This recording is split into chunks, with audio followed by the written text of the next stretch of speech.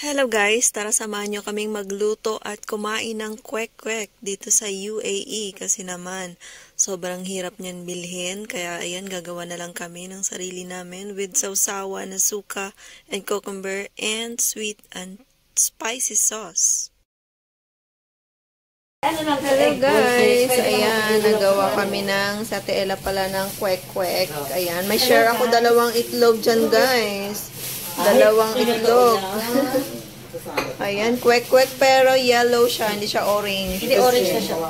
Ayan, orange kasi sunog na siya. Ng salad garod. At ito naman ang mixture at ito yung egg. Yan, hinati lang into half. Ayan. At ito naman yung sausawan guys. Ayan, suka with pipino. Ayan, midnight snack na yan kasi ano na, midnight na. Bigla na namang naisipan ang cravings. Ayan, super sarap. At eto naman guys, ang sweet and chili. Sweet and chili sauce. Ayan, para sa ating egg balls or kwek-kwek. At eto na nga ang best part guys, ang tikiman time or kainan time. Kain tayo! Ayan, at ang inuna ko nga dyan guys ay ang sauce na sweet and chili sauce. Ayan.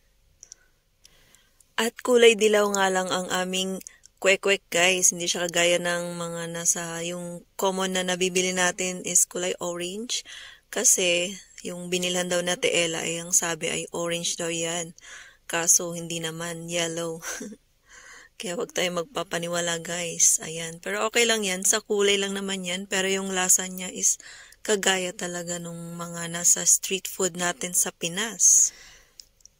At itinay ko na nga rin ang isang sausawan na suka with cucumber. Ayan. Try naman natin kasi kanina yung sweet and spicy sauce. At ngayon naman ay suka with cucumber.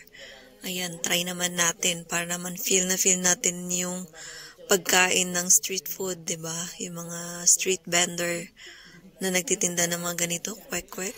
Ayan. At eto na nga guys, super satisfied sa aming cravings. Ayan, midnight snack namin yan guys, as in.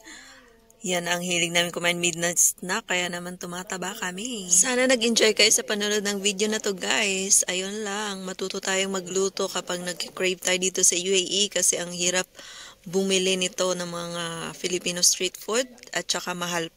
Thank you for watching everyone. Please heart, comment, and follow my FB page, Chean Vlogs.